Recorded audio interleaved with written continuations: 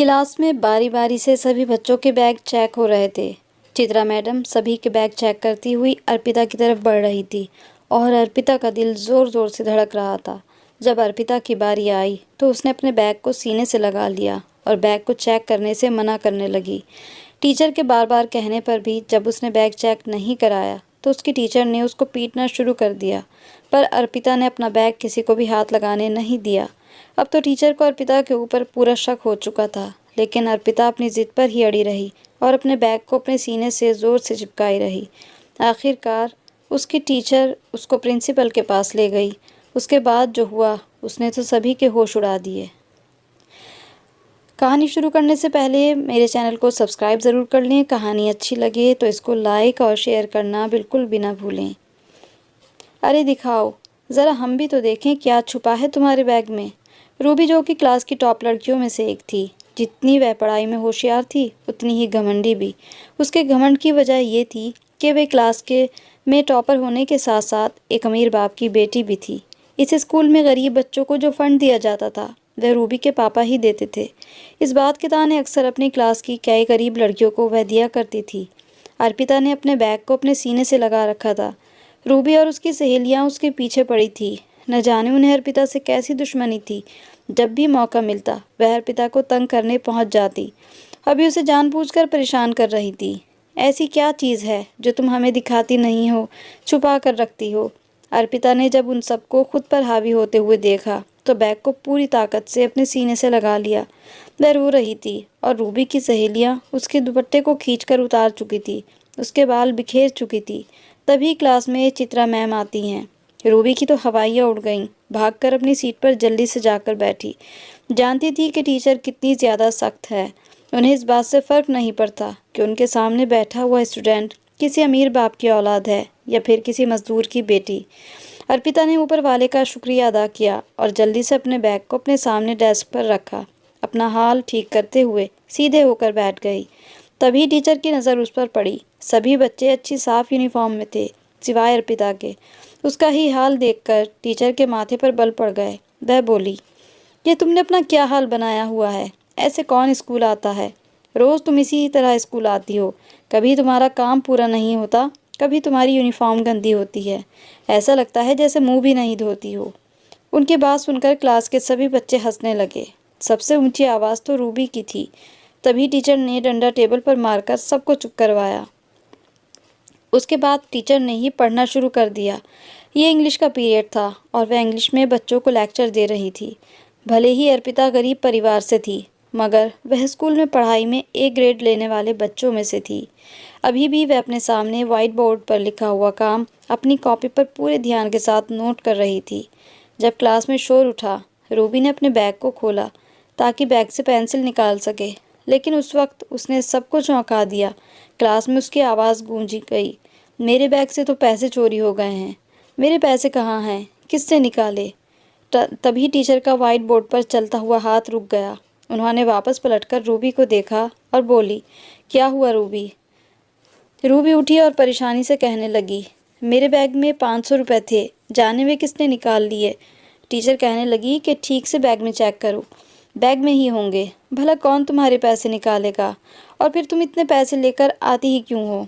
इस पर रूबी बड़े ही घमंड से बोली कि मैं तो रोज़ इससे भी ज़्यादा पैसे लाती हूँ। लंच टाइम में मुझे कुछ ना कुछ अपने दोस्तों को भी खिलाना होता है। फिर टीचर ने आगे बढ़कर खुद रूबी का बैग चेक किया। उसका बैग सच में खाली था।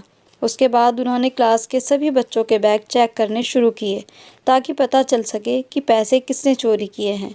सभी लड़कियां अपना बैग चेक करवा रही थी। रूबी के चेहरे पर एक तंजिया मुस्कुराहट थी। दरअसल रूबी के पैसे तो गुम हुए ही नहीं थे। उसने तो जानबूझकर ये सारा खेल रचा था ताकि इस बहाने अर्पिता का बैग चेक होगा और सच्चाई सामने आ जाएगी कि आखिर उसके बैग में ऐसा क्या है जो वह अपने बैग को हाथ तक लगाने नहीं देती।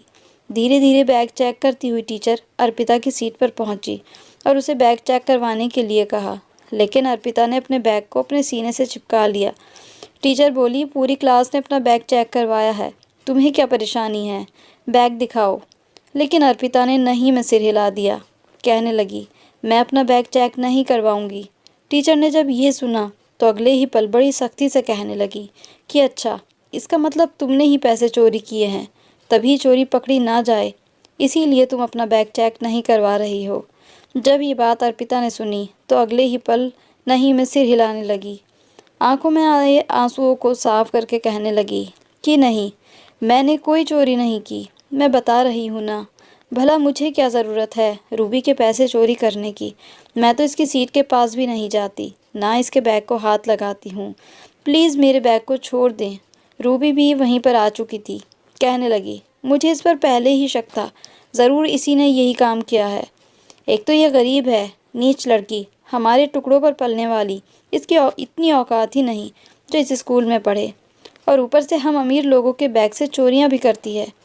रूबी की बात सुनकर अर्पिता पहले से भी ज़्यादा रोने लगी, मगर अपने बैग को अपने सीने से चिपका कर रखा और बोली, मैंने कोई चोरी नहीं की है।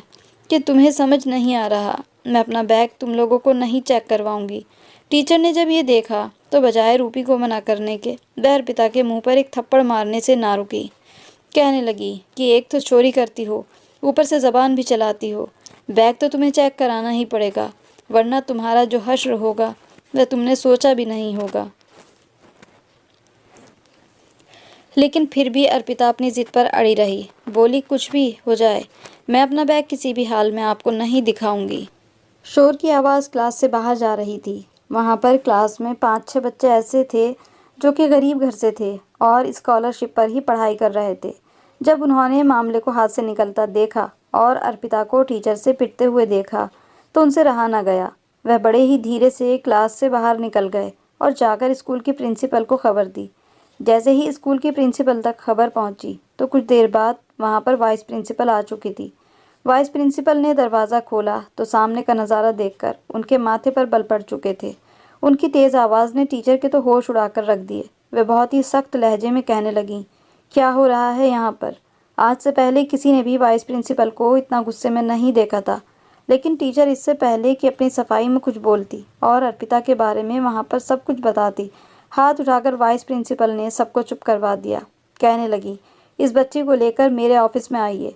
टीचर ने अर्पिता और रूबी को अपने साथ लिया और प्रिंसिपल के ऑफिस में चली गई। वाइस प्रिंसिपल सामने ही बैठी थी। सबसे पहले तो रूबी को बुलाया गया और उससे पूछा गया तो रूबी ने वह रटी रटाई कहानी बताई कि मेरे बैग से पैसे अर्पिता ने चुरा लिए हैं। वाइस प्रिंसिपल बड़ी धीमे और प्यार भरे लहजे में बात करने वाली औरत थी। कहने लगी कि तुम इतने यकीन से कैसे कह सकती हो कि तुम्हारे पैसे अर्पिता ने चुराए हैं। इस बात पर रूबी कहने लगी, क्योंकि इसने अपना बैग हमें चेक नहीं करवाया, यहाँ तक कि टीचर ने इसे थप्पड़ भी मारा है, फिर भी इसने अपना बैग दिखाने से मना कर दिया। इसका यही मतलब है कि आज तक स्कूल में जितनी भी चोरियां हुई हैं वह सब अर्पिता ने ही की हैं। ये सब कुछ सुनकर वाइस प्रिंसिपल ने रूबी को वहाँ से भेज दिया था। रूबी तो वहाँ से चली गई, लेकिन अर्पिता की टीचर वहीं पर मौजूद थी। फिर उन्होंने अपने ऑफिस में अर्पिता को बुलाया। अर्पिता डरी सहमी रोती हुई ऑफिस में आई। उसने अभी तक अपने बैग को सीने से लगा रखा था। उसके बाल बिखरे हुए थे।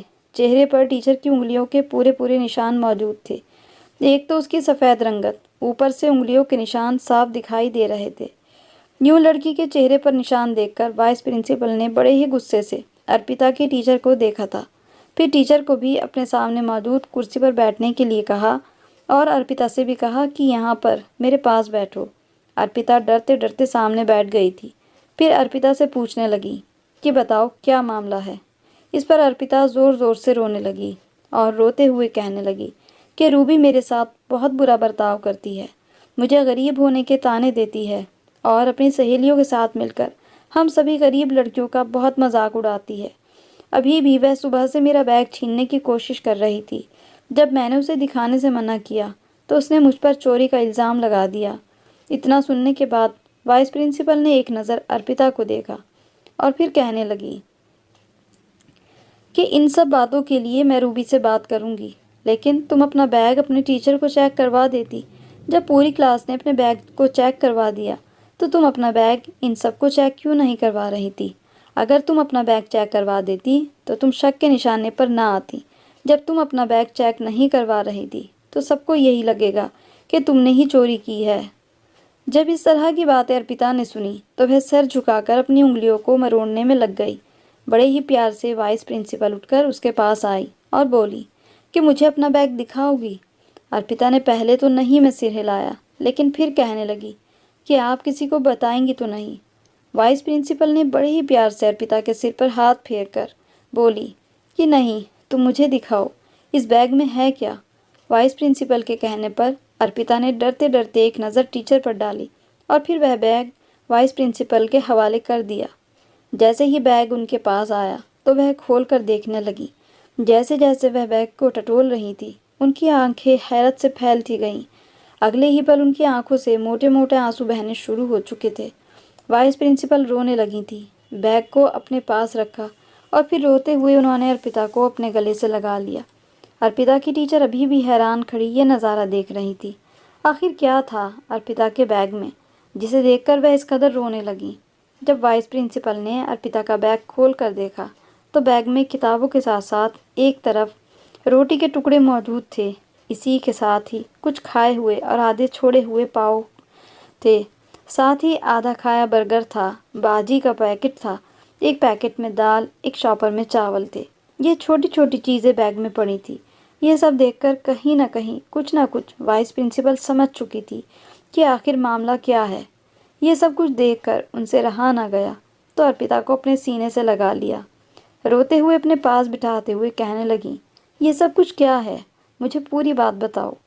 अर्पिता की टीचर से रहा ना गया, उठकर बैग के पास आई और उस बैग को खोल कर देखने लगी। बैग में मौजूद यह चीज़ देखकर वह भी हड़बड़ा से गई। इस बैग में पैसे तो मौजूद न थे, मगर ये खाना मौजूद था। अर्पिता की टीचर को कुछ समझ नहीं आ रहा था कि आखिर असल मामला क्या है। वह हैरत से अर्पिता का चेहरा देख रही थी। तभी वाइस प्रिंसिपल अर्पिता से कहने लगी कि बेटा, ये सब कुछ क्या है? क्या तुम ये सब कुछ सबसे छुपा रही थी? अर्पिता रोने लगी। रोते हुए कहने लगी कि मैडम, मैं नहीं चाहती थी यहाँ पर मेरा मजाक बने। मेरी क्लास के बच्चे वैसे ही मुझे बहुत तंग करते हैं, मेरे बारे में तरह तरह की बातें करते हैं। अगर मेरा बैग उनके सामने खुल जाता और वह मेरे बैग में इस तरह की चीज़ देख लेते तो मेरा तो यहाँ पर जीना मुश्किल हो जाता। अर्पिता कहने लगी कि मेरे पापा की मौत हो चुकी है। वह एक प्राइवेट नौकरी करते थे। उनकी एक एक्सीडेंट में मौत हो गई थी। जो थोड़ी बहुत जमा पूंजी थी उससे घर का खर्च चलता रहा, मगर कब तक उससे गुजारा हो सकता था। मेरी माँ दिल की मरीज़ है। जब तक दवाइयाँ ना खाएं उनकी तबीयत ही ठीक नहीं होती। कोई भारी काम नहीं कर सकती। लोगों के घरों में जाकर काम करती हैं तो उनकी तबीयत ख़राब होने लगती है। थोड़ा बहुत जो काम हो सके कर लेती हैं, वरना वापस घर ही पर आ जाती हैं। न झुक सकती हैं। उनकी तो अब दवाइयाँ भी ख़त्म हो चुकी हैं। मुझसे छोटे मेरे 4 बहन भाई हैं और वह तो छोटे हैं, कोई काम कर नहीं सकते। मैं सबको भूखा भी नहीं देख सकती। एक दिन हमारे घर में चूल्हा नहीं जला। जो भी बासी खाना, थोड़ी बहुत रोटी पड़ी थी, वह माँ ने छोटे बहन भाइयों को खिला दी। मैं यहाँ पर स्कॉलरशिप पर पढ़ रही थी, तभी मैं यहाँ पर पढ़ने आती हूँ। मेरा ये सपना है कि बड़े होकर अपने पैरों पर खड़ी होंगी और इतना कमाऊँगी कि मेरी माँ और मेरे छोटे भाई बहन भरपेट खाना खा लें। उन्हें कभी किसी के सामने हाथ ना फैलाना पड़े। 2 दिन से मैं भूखी थी, पानी पीकर ही गुजारा कर रही थी। अब पड़ोस वाले भी हमारी मदद करने को तैयार नहीं हैं। कहते हैं हमारी भी हालत तुम लोगों के सामने है। हम आखिर कहाँ से तुम लोगों की मदद करेंगे? अगर तुम लोगों की मदद करेंगे तो हम अपने खर्च कैसे उठाएंगे? तो हमने लोगों से कुछ कहना ही छोड़ दिया। 2 दिन से मैं भूखी थी। एक दिन जब स्कूल आ रही थी, रास्ते में मेरा ध्यान एक होटल की तरफ गया। वहाँ पर वह आदमी पाव भाजी और खाना बेच रहा था। उस पाव भाजी बेचते देखकर मैं उसकी दुकान के पास चली गई। मैंने देखा था कि वह ख़राब हो जाने वाली भाजी और आधे पाव लोगों को बचा हुआ खाना एक तरफ को पड़े हुए शॉपर में फेंक रहा था। शायद उसने सोचा होगा कि किसी कुत्ते बिल्लियों को डाल दूंगा, लेकिन मैंने जब वह खाना देखा तो मेरे मुंह में पानी आ गया। कौन सा वह किसी कचरे में फेंक रहा था, बल्कि एक शॉपर में ही तो रख रहा था। मैं धीरे से चलती हुई इसके पास गई और जाकर कहा कि क्या ये खाना मैं ले लूँ? उसने मुझे हैरत से देखा। कहने लगा कि तुम इस खाने का क्या करोगी? ये खाना तो लोगों का झूठा है। इसे तो दुकान बंद करने के बाद कुत्ते बिल्लियों को डालना है। मैंने उसकी बात सुनी तो कहने लगी कि मुझे ये खाना दे दो, मैं इसके पैसे नहीं दूंगी। वह कहने लगा कि हाँ हाँ, झूठा खाना है, भला मैं इसके पैसे लेकर तुमसे क्या करूँगा? मैं खुश हो गई और वह खाना लेकर एक तरफ बैठ गई। भूख से मेरी बुरी हालत हो रही थी। पहले तो मैंने वह खाना खुद खाया और बाकी बचा हुआ खाना मैंने अपने बैग में डाल दिया कि जाकर घर अपनी माँ और छोटे बहन भाइयों को दूंगी। यही मेरा रोज़ का काम बन चुका है। मैं रोज़ाना वहाँ से गुजरती और बचा हुआ खाना लेकर घर आ जाती हूँ। वह भी अब एक साफ शॉपर में इस खाने को डालकर रख देता है, इसे गंदा नहीं करता। मैं जब भी वहाँ से गुजरती हूँ तो मुझे वह खाना दे देता है। इससे मेरे छोटे भाई बहनों का पेट भी भर जाता है। ये बात मेरी माँ और मेरे भाई बहनों को भी पता है, लेकिन फिर भी हमारे लिए ये खाना बहुत कीमती है। हम ऊपर वाले का शुक्रिया अदा करके जी रहे हैं। मैं बस इसी कोशिश में लगी हूँ कि किसी तरह अपनी पढ़ाई जल्द से जल्द पूरी कर लूँ। मेरे यहाँ पर पढ़ाई करने के बाद एक अच्छी नौकरी कर लूँ ताकि मेरे घर के हालात कुछ ठीक हो सके। ये सब सुनकर अर्पिता की टीचर की आंखों में भी आंसू आ चुके थे। उन्हें शर्मिंदगी होने लगी कि उन्होंने क्यों इस मासूम बच्ची पर हाथ उठाया। कहानी का रुख तो कुछ और भी हो सकता था। फिर क्यों वह इतनी सख्त बनी रहीं और इस मासूम बच्ची को मारती रहीं। वाइस प्रिंसिपल ने मुस्कुराकर अर्पिता की हिम्मत बधाई और कहा कि 100 में से सिर्फ 5% ऐसे बच्चे होते हैं जो पढ़ाई की खातिर इतनी मुश्किल उठाते हैं। तुम्हें एक ना एक दिन कामयाबी ज़रूर मिलेगी और मैं तुम्हारी हर मुमकिन मदद करूँगी। ऐसा कहने के बाद प्रिंसिपल ने उसकी क्लास में जाने के लिए कहा। इसके बाद अर्पिता वहाँ से जा चुकी थी, लेकिन उसकी टीचर और वाइस प्रिंसिपल कितनी ही देर उसकी और उसकी माँ के बारे में कुछ सोचती रहीं। उनके घर के खर्चे बड़ी ही मुश्किल से चल रहे थे। उन्होंने कुछ सोचा और फिर अर्पिता की माँ को अपने स्कूल में बुलाया। वह थोड़ी बहुत पढ़ी लिखी थी, तो वाइस प्रिंसिपल ने उनके ज़िम्मे ये काम लगाया कि वह स्कूल शुरू होते ही सारी क्लास के पास जाकर रजिस्टर पर अटेंडेंस लगवाया करेंगी। जो भी टीचर छुट्टी पर होगी उनके बारे में आकर बताएंगी। उन्हें सैलरी दी जाएगी। छोटे मोटे काम उनके ज़िम्मे किए गए, जिससे वह अपनी सेहत का भी ख्याल रख सकती थी और ईमानदारी से कमा भी सकती थी। रूबी जैसे बच्चे जो कभी अर्पिता और उसके जैसे बच्चों का मजाक उड़ाते थे। बाकायदा स्कूल में एक ऐसा फंक्शन रखा गया जहाँ पर अर्पिता जैसे बच्चों को और उनके माँ बाप को हीरो बताया गया, उपहार दिए गए और ये बताया गया कि हमारी नज़र में बच्चे अमीर हों या गरीब, हमारी नज़र में सब बराबर हैं। हम गलत से नहीं बल्कि शिक्षा से, लगन के हिसाब से बच्चों को तोला करते हैं। धीरे धीरे बच्चों का बर्ताव अर्पिता के साथ कुछ ठीक तो हो चुका था, लेकिन फिर भी जिसकी जो परवरिश थी वह दिखता भी था। धीरे धीरे वक्त गुजरने लगा और एक वक्त वह भी आया जब अर्पिता डॉक्टर बन चुकी थी। उसने न सिर्फ अपनी एजुकेशन जारी रखी थी, बल्कि अपने छोटे बहन भाइयों को भी अच्छी पढ़ाई कराई थी और आज वह फ़ख्र से रहती थी। बाकायदा एक फंक्शन में उसने उस होटल वाले को भी बुलाया था जिसने भूखे रहने पर अर्पिता की बहुत मदद की थी। मुफ्त में उसे खाना दिया था। अगर वह ना होता तो शायद आज अर्पिता भी यहाँ ना होती। इस सफ़र में जिसने उसका साथ दिया था उसने सबको बुलाकर उनका शुक्रिया अदा किया, क्योंकि वह इन सब के बगैर यहाँ तक नहीं पहुँच सकती थी। वह वाकई उन लड़कियों के लिए मिसाल बन चुकी थी जो कहती थी कि हम ये नहीं कर सकते। तो ये थी हमारी आज की कहानी। कहानी आपको कैसी लगी कमेंट करके बताइएगा ज़रूर। जो भी आपकी राय है इस कहानी के बारे में और ऐसे बच्चों के बारे में हमें कमेंट करके बताइएगा ज़रूर। और फिर ऐसी ही अच्छी कहानियों के साथ मिलेंगे। तब तक के लिए goodbye and thanks for watching.